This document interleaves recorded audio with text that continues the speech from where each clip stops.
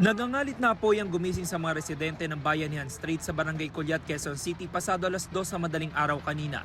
Sa laki ng apoy, mabilis itong kumalat sa magkakadikit na bahay. Itinaas ng Bureau of Fire Protection ang ikalawang alarma. Tumulong na rin ang ilang residente sa mga bumbero sa pamamagitan ng pagpapasa ng mga balde ng tubig. Ang pamilya ni Gerald ilang gamit ang naisalba. Nasa labas daw siya nang mangyari ang sunog. Pag-uwi niya, malaki na ang apoy kaya ginising niya ang lahat ng kaanak. Tulog po kasi sila lahat sa bahay. Tulog po sila lahat. Tapos parang nataranta na po kasi ako noon. Hindi ko na po yung gagawin ko eh. Parang kinuha ko na lang po yung mga papeles po namin, mga birth certificate po, mga importanteng gamit. Walang nailigtas na gamit ang umuupa sa kanila. Sa kabila niyan, laking pasasalamat ni Cecilia na nakalabas silang siyam na magkakaanak. Natupok nga lang ang motorsiklo ng kanyang anak. Nung sinabi, malapit na sa amin.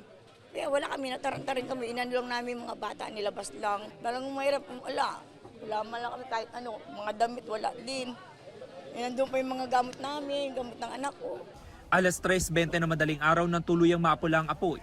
Ayon sa mga taga-barangay, hindi bababa sa 10 bahay ang nasunog. Apektadong 17 pamilya, katumbas ng 74 na individual. Pansamantala silang tumutuloy sa covered court ng barangay.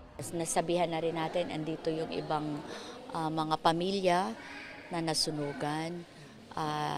Iano na lang namin, ibabalangkas na lang namin yung mga modular tents.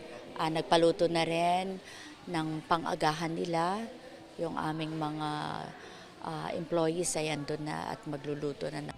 Inaalam pa ng BFP ang sanhi ng apoy at kabuang halaga ng pinsala sa ari-arian. Ito ang unang balita. James Agustin para sa GMA Integrated News.